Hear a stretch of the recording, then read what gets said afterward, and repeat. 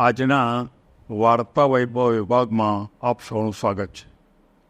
આજની વાર્તા નિષ્ફળતાના ડરથી ક્યારેય સફળતાનો રસ્તો છોડવો નહીં.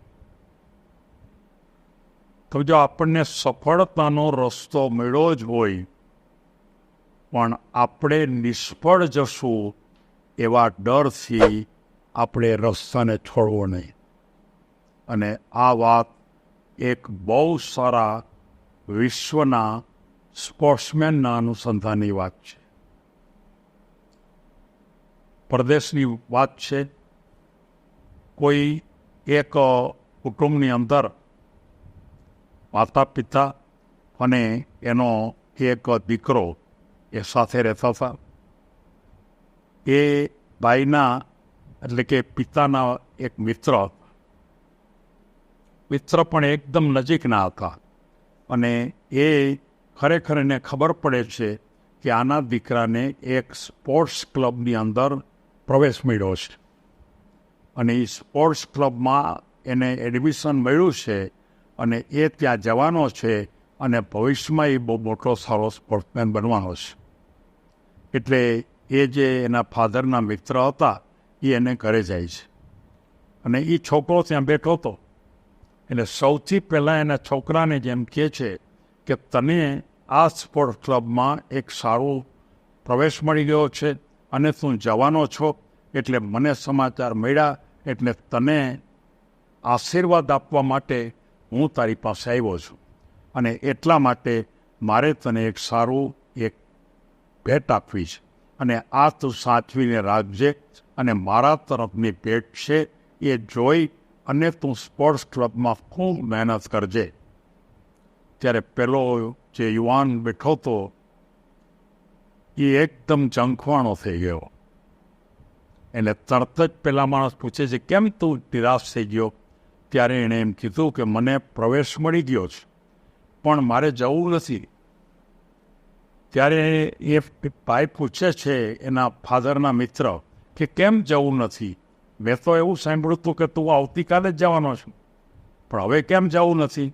તો કે તમારી વાત સાચી, હું આવતીકાલે જ જવાનો હતો પણ મને પછી વિચાર આવ્યો કે એ સ્પોર્ટ્સ ક્લબમાં બહુ ઊંચી ફી છે, ખૂબ પૈસા આપવા પડે એમ છે અને એ સ્પોર્ટ્સ ક્લબમાં હું જાઉં અને કદાચ હું મહેનત કરું અને કદાચ હું સફળ ન થાઉં તો મારા પિતાના પૈસા બગડે અને મારી જિંદગી પણ નકામી જાય.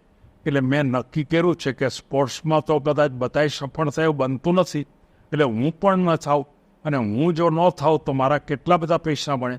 અને આ 3 કે 4 વર્ષની ટ્રેનિંગ છે અને 4 વર્ષ કર્યા પછી જો હું સફળ ન થયો તો ક્યાંય ન રહું, હું કાંઈ કરી પણ ન શકું.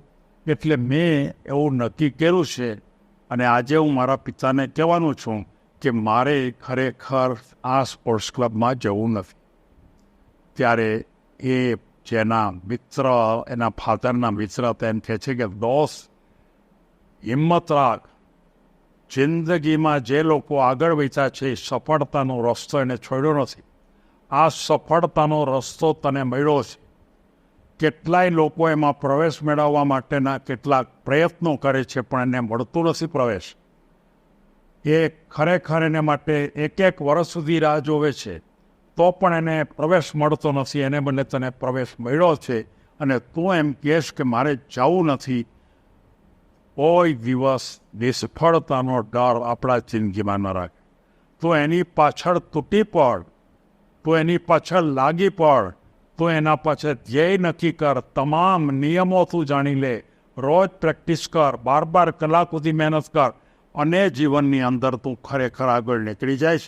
તારા પિતાના પૈસા પણ નહીં બગડે અને સાથોસાથ તું નિષ્ફળ પણ નહીં જાય. હા, એ ખરું કે જો તું ધ્યાન નહીં રાખ, જો તું ત્યાં રમતમાં તારો સમય કાઢી નાખીશ, તારા પોતાના ખોટા સમય વાતોમાં એમ ગપ્પા મારીને કાઢી નાખીશ તો તું સફળ નહીં થા.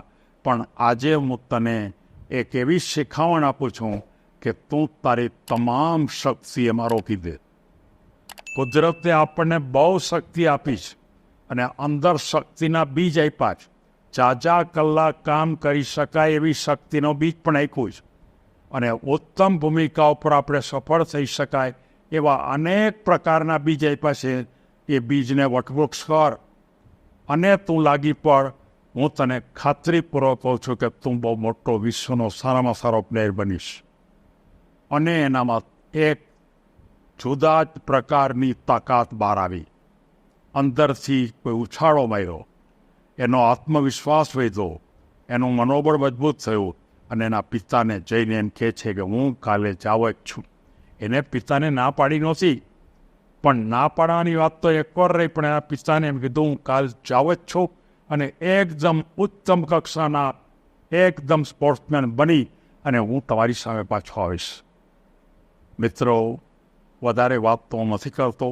એ યુવાન એ સ્પોર્ટ્સ ક્લબમાં જાય છે. ગયા પછી એણે ખૂબ મહેનત કરી, કલાકો સુધી, દિવસો સુધી કામ કર્યું અને આખરે એક બહુ સારો સ્પોર્ટ્સમેન તરીકે વિશ્વ લેવલ ઉપર કામ કરતો થયો. આ સ્પોર્ટ્સમેન કોણ એનું નામ મને ખબર નથી. ઘણા વખત પહેલાં મેં આની વાત વાંચેલી અને મને મારા મનમાં રહી ગઈ હતી, એટલે મેં વગર નામે પણ આ વાત તમને કરી છે. પણ આ વાત ચોક્કસ અને સાચી વાત છે. અને એ ખરેખર આજે કયા ક્ષેત્રમાં છે એ પણ હું ભૂલી ગયો છું. હોકીમાં છે કે ક્રિકેટમાં, એ બેમાંથી એકમાં હું છે એવી વાત છે, પણ એ હકીકતમાં ખૂબ આગળ ગયો છે.